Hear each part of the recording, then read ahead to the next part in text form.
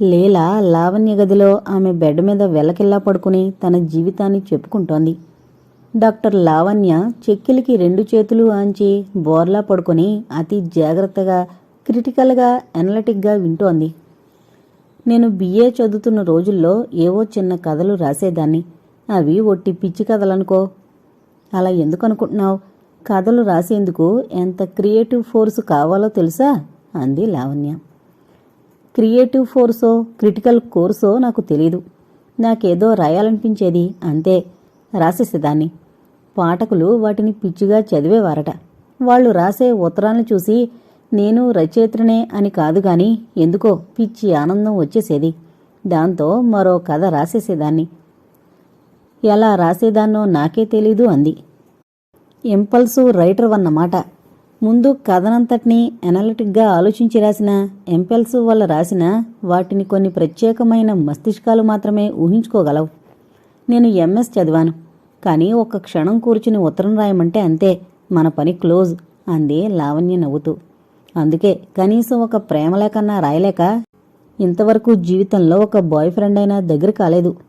తర్వాత అభిమానులు రాసే ఉత్తరాల వల్లనే అనలేను, కానీ మనసుని అస్తమానం ఏదో తొలిచేసేది.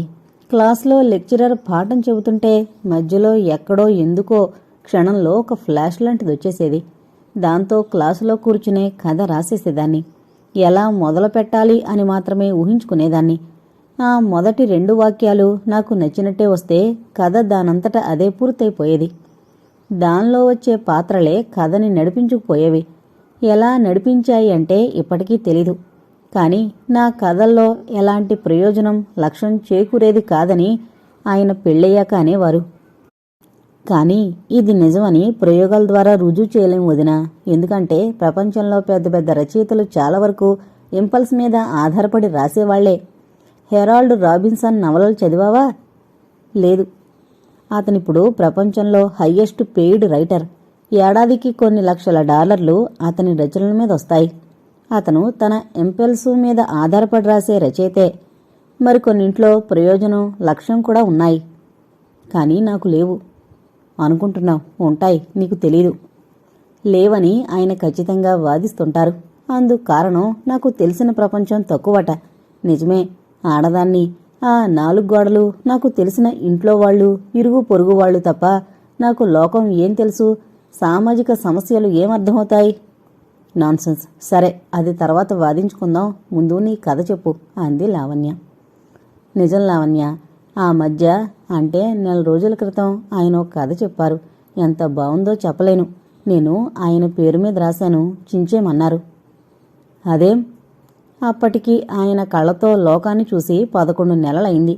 ఈ 11 నెలల్లో ఆయనకు సమాజం ఏ విధంగా మారిపోయిందో తెలియక ప్రేమ కథ చెప్పారట. మానసిక అంధత్వం కానీ, భౌతిక అంధత్వం కానీ సంభవిస్తే చాలామంది ఇలా ప్రేమ కథల మీదకి మళ్ళుతారట. ఇది నిజమే అనిపించింది. ఎందుకంటే ఆయనకి జబ్బొచ్చాక నేను ఉద్యోగంలో చేరాల్సి వచ్చింది. బయట తిరగడం వల్ల కొత్త జీవితాన్ని చూస్తున్నాననిపించింది. నా దృక్పథంలో మార్పు వచ్చింది. ఈ చైతన్యంతో నా పాత కథలు చదువుతూ ఉంటే నా మీద నాకే భయం, అసహ్యం కలిగింది. నీ అనాలిసిస్ బావుందిలే. అసలు కథ చెప్పు. ఆయనతో ఎలా నీ పెళ్ళయింది? ఈ రచనల వల్లే. ఎలా? కుతూహలంగా అడిగింది లావణ్య. లీల ద్వారం వైపు చూసింది. ఏదో భయం పుట్టుకొచ్చింది. చప్పున లేచింది. ఏం? ఆ తలుపులు వేసేలేవు? వెనకున్న ద్వారం వైపు చూడకుండానే అంది. ఏం చలిగా ఉందా? లేదు, ఏదో భయం కలిగింది. ఏమమ్మా అంత భయం? ఇక్కడ దెయ్యాలేం లేవు. ఏమో, ఎందుకో భయం వేసింది. ప్లీజ్ తలుపులు వేసేయ్. లావణ్య లేచి వెళ్లి తలుపు వేసింది. లీల చెబుతున్న కథ మీద దృష్టి ఉండడం చేత ఆ ద్వారానికి వెనక జేమ్స్ బాండుగాడు సిగరెట్ కాలుస్తూ గంట నుంచి లీలని తొంగి చూస్తున్నాడని లావణ్య గుర్తించలేకపోయింది. గడియ కూడా లాక్ చేసొచ్చి బెడ్ మీద కూర్చుని కుడి చేతిని లీల నడుంకి అవతల వైపేసి ఆమె ముఖంలోకి చూస్తూ కూర్చుంది లావణ్య. సూటిగా, ఇక నీ కథ మొదలుపెట్టొదినా అంది. లీల క్షణం ఆగి మొదలుపెట్టింది. నేను మొదట్లో పిచ్చి కథలు రాసేదానని చెప్పానుగా. కొన్ని కథలు అచ్చయ్యేవి, కొన్ని తిరిగొచ్చేసేవి. నీ పేరు ముందు కుమారి అని చేర్చేదానివా? లేదు, అందుకే వచ్చేసేవి. కుమారి అని రాసి ఒకసారి నీ ఫోటో కూడా పంపించుంటే సంపాదక మగమహారాజులు చిత్తైపోయి ఉండేవారు. నువ్వక్కడి నుంచి ఎంత చెత్తకథలు రాసినా వేసేసుకునేవారు. లీల చిరునవ్వు నవ్వింది. మా అన్నయ్య కూడా ఇదే ట్రిక్కు చెప్పాడు. నా కుమారిత్వంతో నా కథల్ని ప్రచురించుకోవాల్సిన కర్మేం? ప్రచురిస్తే ప్రచురిస్తారు, లేకపోతే లేదు. అందుకే పెంకిగా కేవలం వట్టి పేరే రాసి పంపేదాన్ని. ఒక పత్రికలో కుమారి అని పడింది. కూపీలాగితే, మీ అన్నయ్య చేసిన పనేనా? ఆయనకు పెళ్ళయిందా? 2 పిల్లలు కూడా. గుడ్ ప్రోగ్రెస్, చెప్పు అంది నవ్వుతూ లావణ్య. నా కథలు ఒకేసారి రాసేదాన్ని. ఫెయిర్ చేసే ఓపిక లేదు. అందువల్ల మరో కాపీ ఉండేది కాదు.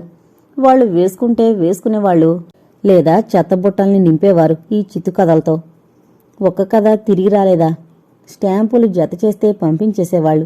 బుక్ పోస్ట్లో కొన్ని ఇచ్చేవారు పోస్టుల వాళ్ళు, కొన్ని తినేసేవారు. అందుకే ఈ పోస్టుల వాళ్ళకి భారతరత్న బిరుదివ్వాలనిపిస్తోంది. నాకు పవరుంటే ఒక్కొక్కడికి శనగపప్పులా భారతరత్నల్ని పంచేసి ఇచ్చేసేదాన్ని. పిడకల వేటలోకి పోతున్నాం, కథ చెప్పు. ఒకసారి ఒక రిజిస్టర్ కవర్ వచ్చింది. భయంగా విప్పి చూశాను. అంతకుముందు నేను పత్రిక పంపిన కదే. రిజిస్టర్ పోస్ట్లో అంత జాగ్రత్తగా ఎందుకు పంపించారా అని ఆశ్చర్యపోయాను. కానీ అది పత్రిక ఆఫీసు నుంచి వచ్చింది కాదు. దాంతోపాటు ఒక ఉత్తరం కూడా ఉంది. ఎవరు రాశారు? కృష్ణగారు. ఆయనకెలా వెళ్ళింది? ఆయన నీకు తెలుసా? తెలీదు. అప్పటికి కనీసం ఆయన కథలైనా చదవలేదు. ఆ పత్రికలో ఆయన పనిచేస్తున్నారా? లేదు. హైదరాబాద్లో ఒక ప్రైవేట్ కంపెనీలో ఎలక్ట్రికల్ ఇంజనీర్గా పనిచేస్తున్నారు. పత్రిక ఆఫీస్ మద్రాసులో ఉంది. నేను విజయవాడలో చదువుకుంటున్నాను. But how? ఎలా ఆయనకు వెళ్ళింది? చెప్తా, ముందా ఉత్తరంలో విషయాలు చెప్పని. మరీ కన్వీనియంట్గా ఆమె మీదకు వంగి అడిగింది లావణ్య. కుమారి రామవరపు సువర్ణలీల గారికి అని సంబోధించారు. అబ్బో, చాలా పెద్ద పేరే. సువర్ణ నాన్నగారి సెలక్షన్, లీల అమ్మ సెలక్షన్. విను, ఉత్తరంలో 3 వాక్యాలున్నాయి. మీరు పంపించిన కథ చదివాను. కొత్తగా కథలు రాస్తున్నారా? అయితే పర్వాలేదు. కానీ చాలా కాలంగా రాస్తున్న శైలి కనిపిస్తోంది కాబట్టి చిన్న సలహా. సామాజిక స్పృహతో జీవితాల్ని పరిశీలించండి. మంచి సమస్యాయుతమైన ప్రయోజనకరమైన కథలు రాయగలరు. కృష్ణ ఇంతే రాశారు.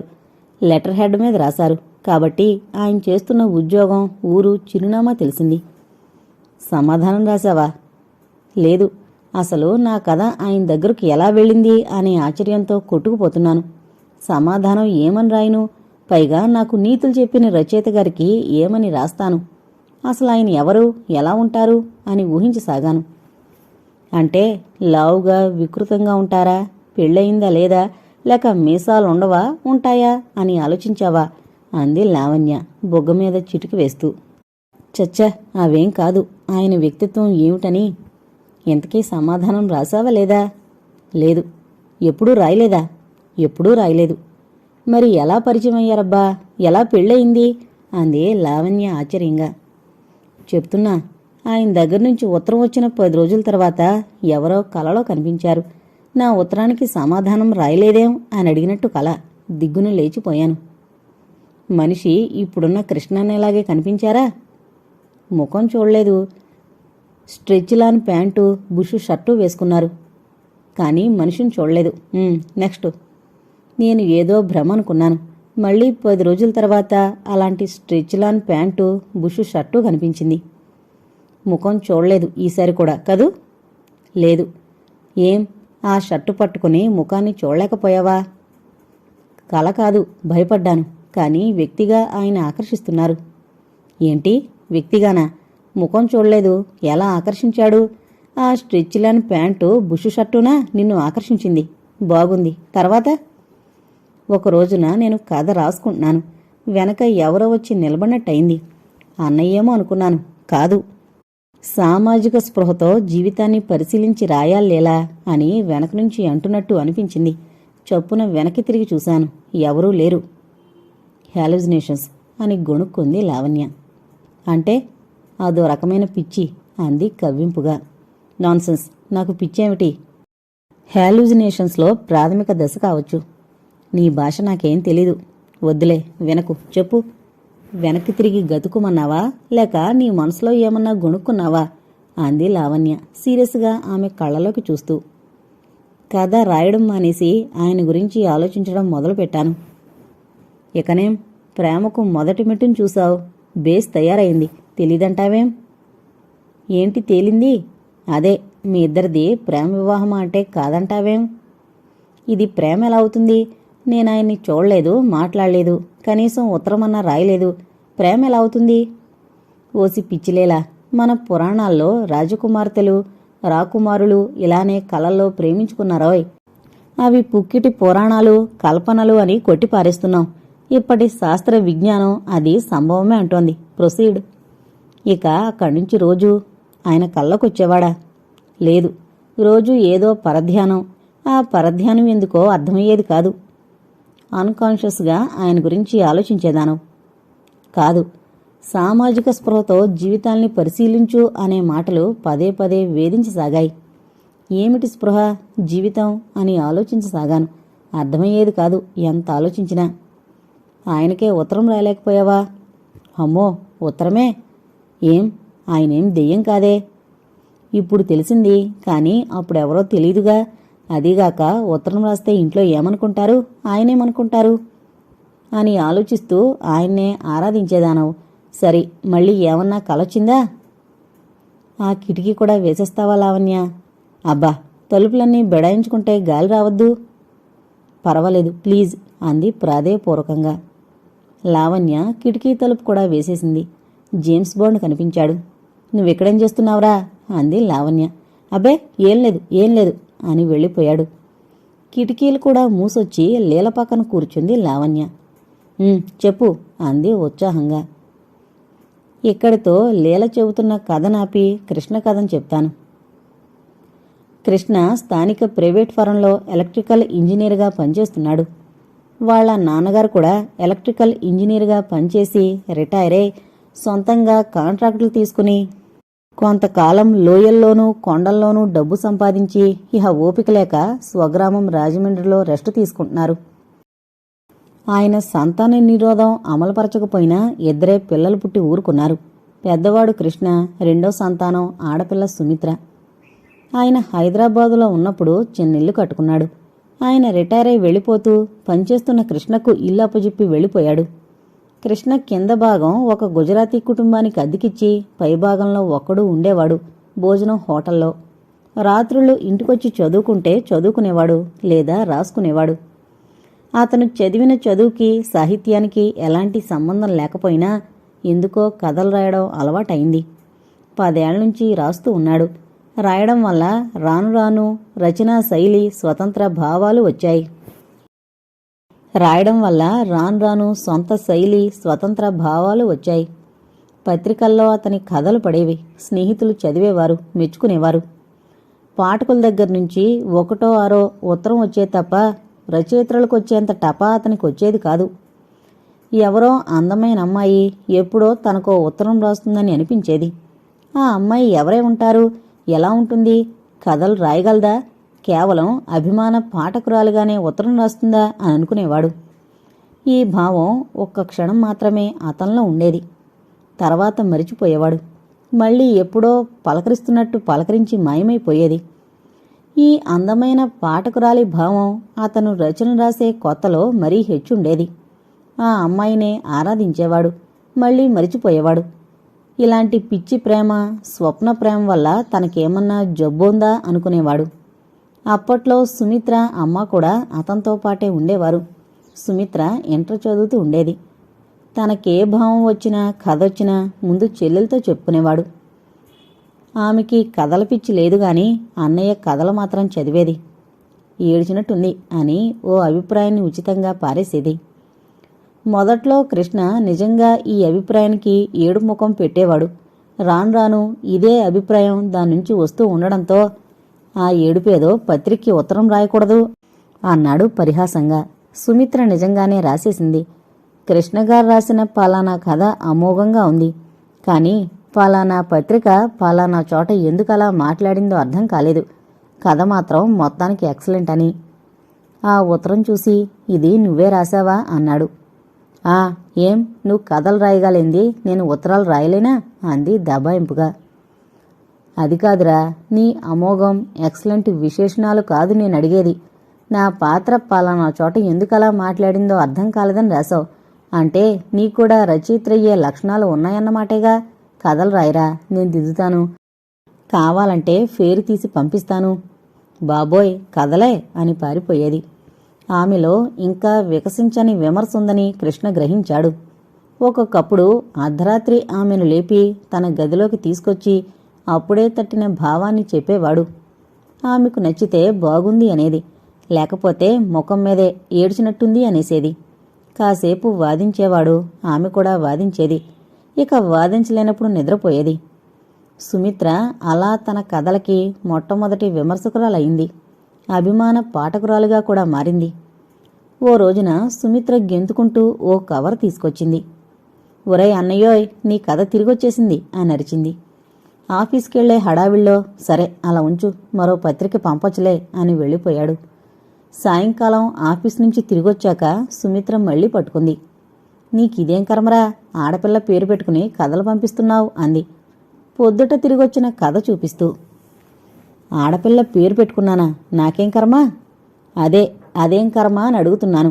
చూడు, ఆడపేరు కూడా బాగానే సెలెక్ట్ చేసుకున్నావు. రామవరపు సువర్ణలీల. చివర్న రాణి అని కూడా తగిలించుకోలేకపోయావు. ఏది చూడండి. కవర్ తీసి కాగితాలు తిప్పి చూశాడు.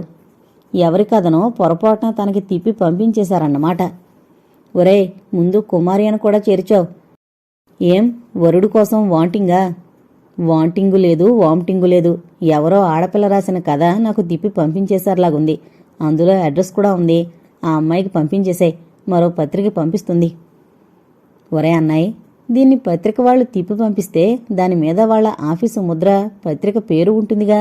అలాంటివేం లేవు. బహుశా ఈ అమ్మాయి కుమారి, నువ్వో గొప్ప రచయితవి, ఈ కథ చదవమని పంపించిందేమో. ఉత్తరం ఏమన్నా రాసిందా? లేదు. అయితే పత్రికల వాళ్లే పంపించుంటారు. ఒరే, ఓ చిన్న తమాషా చేద్దామా? ఏంటి? ఆ అమ్మాయికి ఓ లవ్ లెటర్ రాద్దాం. ఒళ్ళు చీరేస్తారు. ఎవరిని? ఆ అమ్మాయి తరపు వాళ్ళు మనల్ని ఎలా తంతారా? వాళ్ళ నాన్న పోలీసైతే నన్ను నక్సలైట్ అని కాల్చి పారేస్తాడు. ఓస్, వాళ్ళ నాన్న పోలీసైతే మన నాన్నగారు ఐజీ గారు ఫ్రెండ్సు. చీఫ్ మినిస్టర్ గారికి నాన్నగారంటే వాళ్ళ మాలన. చాలే, చాలించానులే. పోనీ ఒక ఉత్తరం రాయకూడదట్రా? నీకు ఎవరు అమ్మాయిలు ఉత్తరాలు రాయరని తెగిదైపోయేవాడివి. ఇది గోల్డెన్ ఛాన్స్. ఆ అమ్మాయి కుమారట, పేరు కూడా బాగుంది. నిజంగా నీ అభిప్రాయం కోసమే పంపిందేమో. తిప్పి పంపిస్తే బాధపడుతుందిరా. కాలేజీలో నేను చూడు, నాకు రోజూ ప్రేమలేఖలు రాస్తుంటారు. వాళ్ళకి సమాధానాలు ఇస్తూ ఉంటాను. 20 ఏళ్ళు ఆగబోయ్, మా అమ్మాయిని ప్రేమిద్దువుగాని అని. ప్లీజ్ రాయరా. కృష్ణ ఆలోచనలో పడ్డాడు. స్క్రిప్టుని చూశాడు. అక్షరాలు పర్వాలేదు. ఆ అక్షరాల వెనక ఒక అభిమానురాలు కనిపించినట్టయింది. ఇంతవరకు తను వెతుకుతుంది ఈ అమ్మాయినేనేమో. సుమిత్ర బలవంతం చేస్తోంది. రాత్రికి రాస్తానులే, ఇప్పుడే రాయాలి. నేనింకా చదవలేదు కదమ్మా. చదవరా అయితే. బలవంతం మీద చదివాడు. శైలి బాగున్నట్టుంది. ఇంతకుముందు ఈ అమ్మాయి కొన్ని కథలు రాసుండాలి, లేకపోతే ఈ శైలి రాదు. కానీ కథా వస్తువు చాలా పేలవంగా ఉంది. ఇంట్లో తల్లికి, తండ్రికి, పిల్లలకి జరిగే యుద్ధం మీద కథది. బహుశా ఆ అమ్మాయికి ఆ 4 గోడల జీవితం తప్ప మరొకటి తెలీదులాగుంది. బయట లోకాన్ని పరిశీలిస్తే మంచి కథలు రాయగలదు. అదే ఉత్తరం రాశాడు. సుమిత్ర ఉత్తరం చదివింది. ఏడ్చినట్టుంది అంది. ఏం? ఆ అమ్మాయికి నువ్వు టీచ్ చేయడం ఏమిటి? టీజింగ్గా రాయరా. ఎలా? వెటకారంగా అడిగాడు. కమాన్, నేను చెప్తాను రాయ్. ప్రియాతి ప్రియమైన లీలకు. అలాగే రాయినా? ఆమె తండ్రి పోలీస్ ఆఫీసర్ అయితే నన్ను నక్సలైట్ అని. మన నాన్నగారికి ఐజీ గారు, ముఖ్యమంత్రి గారు ఫ్రెండ్సు. రాయి నేను చెప్పినట్టు. ఏడ్చావులే వెదవద్దా బాయింపు, అలా రాయడం సభ్యత కాదు అని ఆమెను బయటికి పంపించేసి ఆమె రాయమన్న మాటల్ని పదే పదే అనుకుంటూ నిద్రపోయాడు. మర్నాడు తనే స్వయంగా పోస్టాఫీస్కి వెళ్లి కథని, ఉత్తరాన్ని కలిపి రిజిస్టర్ పోస్ట్లో పంపించాడు. ఆ మర్నాడు కృష్ణ, అతని తల్లి సుమిత్ర రాజమండ్రి వెళ్లారు. వాళ్లని అక్కడ విడిచిపెట్టి 9 రోజుల తర్వాత ఒక్కడూ తిరిగొచ్చాడు. ఆ అమ్మాయి దగ్గర నుంచి సమాధానం వచ్చుంటుందని ఆశించాడు. కానీ అలాంటిదేం లేదు. ఆ రాత్రి ఎందుకో పిచ్చివాళ్లా ఊరంతా తిరిగాడు. భోజనం చేయడానికి బుద్ధి పుట్టలేదు. అర్ధరాత్రి ఇంటికొచ్చి అలాగే బెడ్ మీద వాలిపోయాడు. ఆ అమ్మాయే కలలో కనిపిస్తున్నట్టు అనిపించేది. చప్పున లేచి కూర్చున్నాడు. స్ట్రెచ్లాన్ ప్యాంటు, బుషు షర్టుతో బెడ్ మీద వాలిపోయాడన్నమాట. దుస్తులు మార్చుకుని నిద్రపోయాడు. ఆ తర్వాత 10 రోజులు ఆఫీసులో పని హెచ్చుగా ఉండడం వల్ల ఈ అభిమానురాల గురించి ఆలోచించలేదు. ఆ వాళ్ళ మరీ మనసు స్థిమితం లేక పిచ్చెకినట్టయింది. తనే ఒక ఉత్తరం రాస్తేనో. సుమిత్ర గొడవలో ఆ అమ్మాయి అడ్రస్ నోట్ చేసుకోలేదు. అందుకు చాలా బాధపడ్డాడు. ఆ అమ్మాయి గురించే ఆలోచిస్తూ నిద్రపోయాడు. చాలా అందంగా ఉన్నట్టు కనిపించింది. ఏమండి అన్నాడు. ఆమె ఉలిక్కిపడి మాయమైపోయింది. ఆవాళ్ళ కూడా స్ట్రెచ్లైన్ ప్యాంటు, బుషు షర్టుతోనే పడుకున్నాడు. కొన్నాళ్ల తర్వాత తన టేబుల్ ముందు కూర్చుని ఆ అమ్మాయే కథ రాస్తున్నట్టు కలలో కనిపించింది. వెనకనే వెళ్ళి ఆమె రాసిందంతా చదువుకున్నాడు. నవ్వాడు. సామాజిక స్పృహతో జీవితాన్ని పరిశీలించి రాయాలేలా అన్నాడు. ఆమె వెనక్కి తిరిగి చూసి మాయమైంది. ఆమె తనని చూసి ఎందుకు భయపడి పారిపోతుందో అర్థం కాలేదు. బహుశా సామాజిక స్పృహతో జీవితాన్ని పరిశీలించాలి అన్న మాటకే భయపడిపోతుందా? ఇక అక్కడి నుంచి అతను ఏం చేస్తున్నా ఆమె స్పష్టంగా కనిపించేది. కళ్ళలో కాదు, ఎదురుగానే కనిపించేది. ఈమె గాని దేవత కాదు కదా అనుకుని నాన్సెన్స్ అని కొట్టి పారేశాడు. డాక్టర్ లావణ్య కిటికీ తలుపులు కూడా మూసొచ్చి లీల పక్కన కూర్చుంది. చెప్పొదినా అంది. కాని ఆమెకెందుకో అనుమానం వచ్చింది. ఈ కిటికీ తలుపులు లీల తలవైపునున్నాయి. అందువల్ల కనిపించవు. పోనీ వాటికి ఎదురుగా ఏదన్నా అద్దం ఉందా అంటే ఏం లేదు. తన కథ చెప్తున్నంతసేపు లీల వెనక్కి తిరిగి చూడనే లేదు. అయినా ఎందుకు భయపడింది? ఆ వెనక జేమ్స్ బాండ్ వెధ ఉన్నాడని కనిపెట్టిందా? అయినా తన భావాల్ని చెప్పకుండా కథ చెప్పమంది. ఏముంది చెప్పడానికి? ఆయన ఎప్పుడైనా ఉత్తరం రాశారా నీకు? అంది లావణ్య. లేదు. ఒకసారి కలలో ఆయన ఉత్తరం రాసినట్టు అనిపించింది. దానిలో ఏం రాశారో తెలుసా? స్పష్టంగా చూశాను. ఏంటో గుర్తుందా? లీలగారు, మీరు పంపిన కథ చదివాక మీ కుటుంబ జీవితాన్నే ఆధారంగా తీసుకుని ఒక కథ రాశాను. పాత్రలన్నీ మీవే, కథనం నాది. సమాజాన్ని గాని, మనుషుల్ని గాని, జీవితాన్ని గాని ఎలా పరిశీలించి కథ రాయాలి అని మీరు తెలుసుకునేందుకు గాను నా కల్పనతో కథ మీదే అయినా రాశాను. అది పలానా తేదీ పత్రికలో పడింది, చదవండి అనుంది. ఉత్తరం వచ్చిందా? అంది లావణ్య. లేదు అంది లీల. పోనీ కథ అచ్చయిందా? ఆయన చెప్పినట్లు పలానా తేదీ పత్రికలో నేను పెట్టిన కథా శీర్షికతోనే కథ పడింది. కథ చివర మాత్రం కుమారి రామవరపు సువర్ణలీల గారి కథ చదివాక రాసిన కథ, అందుకే అంకితం ఆమెకే అనుంది. అది చదివి వణికిపోయాను. ఏం? ఎవరన్నా చూస్తే ఏమనుకుంటారు? నీకా ఆయనెవరో తెలీదు, ఆయనకా నువ్వెవరో తెలీదు. అలాంటప్పుడు ఎవరైనా ఏమన్నా అనుకునేందుకేముంది? ఏమో, నా భయం. ఆ పత్రిక కొన్ని చదివాక దాన్ని దాచేశాను. కాని అన్నయ్య చదివాడు. ఎవరయ్యే కృష్ణ పరమాత్మ అన్నాడు. వణికిపోయాను. కాని నేననుకున్నట్టు అన్నయ్యేం అనలేదు. ఇంట్లో గొడవ జరగలేదు అంది. నీ కథనే తీసుకుని ఆయన కొత్త కథ రాసినందుకు కృతజ్ఞతలు తెలుపుతూ ఉత్తరం రాశావా? అంది లావణ్య. రాయాలనుకునేదాన్ని, కానీ రాయలేకపోయాను. కొన్నాళ్లకి మాకు సెలవులిచ్చారు. ఇంట్లో అందరం హైదరాబాదు మా బాబాయ్ గారింటికి వెళ్ళాం. ఆయన కారులోనే ఊరు చూసేందుకు బయలుదేరాం. కారు ఒకచోట సడన్గా ఆగిపోయింది. నాకు ప్రాణం పోయినట్టయింది. బాబాయే, నాన్నగారు కారు దిగి బోయనెట్టెత్తి ఏదో వెతుకుతున్నారు. నేను యథాలాపంగా ఎడంపక్కకు చూశాను. ఏదో ఇంజనీరింగ్ కంపెనీ. అది చూసి ఉలిక్కిపడ్డాను. ఎక్కడో విన్న పేరే అది. బహుశా పత్రికా ప్రకటనలో చూసుంటాననుకున్నాను. గేటు దగ్గర ఒక ఆయన నిలబడి కారునే చూస్తున్నాడు. అరగంట వరకు కారు కదల్లేదు. ఆయన కారు దగ్గరకొచ్చాడు. మే హెల్ప్ యూ అన్నాడు. షూర్ అన్నాడు బాబాయ్. ఆయన పోలీస్ ఆఫీసర్, అందుకని అథారిటీతోనే అన్నారు. ఆయన కూడా కాసేపు కిలికి కారు స్టార్ట్ చేశారు. నాకెందుకో ఆయన్నే చూడాలనిపిస్తోంది. ఎక్కడో చూసినట్టుంటానా? చూసుండను. కొందరిని చూస్తే అలానే అనిపిస్తుంది అని ఊరుకున్నాను. ఆయన బోయనెట్ మూసి యథాలాపంగా నా వైపు చూశారు. క్షణం నన్నే చూస్తుండిపోయారు. బహుశా నాకు కలిగిన భావమే ఆయనకు కలిగిందేమో. నేను తల మరోవైపుకు తిప్పుకున్నాను. కానీ మనసు అతన్నే చూడాలని బాధపడిపోతుంది. చూడలేకపోయాను. కారు స్టార్ట్ చేసి వెళ్ళిపోయాం. బాబాయ్ ఆయనకి థ్యాంక్స్ అయినా చెప్పారో లేదో అని బాధపడ్డాను. అతనేనా మా అన్నయ్య గారు? అంది లావణ్య. విను, మేం మరో రోజున సాలార్జంగ్ మ్యూజియం చూసేందుకు వెళ్ళాం. కారు బాగు చేసిన ఆయనే అనుక్షణం వేధించడం మొదలుపెట్టారు. కాస్త ధైర్యం ఉంటే నేనడిగేది, ఆపద్బాంధవుళ్లా సహాయం చేసిన ఆయన్ని ఇంటికి మర్నాడు కాఫీకి రమ్మనుండేదాన్ని. కానీ ధైర్యం లేదు.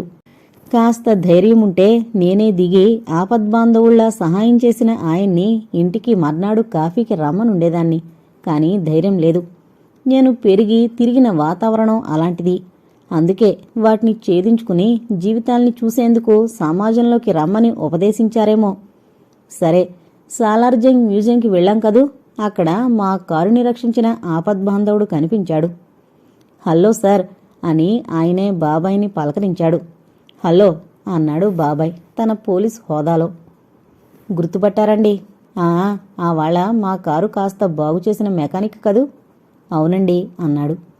నమస్కారమండి అనాలనుకున్నాను. అనలేక అతని వైపు క్షణం చూసి పాలరాతి బొమ్మల్ని చూస్తూ ఉండిపోయాను. ఆ ముసుగు కప్పుకున్న పాలరాతి బొమ్మను చూస్తూ ఉంటే ఆయనే కనిపిస్తున్నాడు. ఆయన ఎక్కడికి వెళ్ళిపోయాడో అని వెనక్కి చూసేదాన్ని. అతను వెనకనే ఏదో నోట్ చేసుకుంటున్నాడు. నా వైపు చూడగానే చిరునవ్వు నవ్వాడు. హడలిపోయి ముందుకెళ్ళిపోయాను.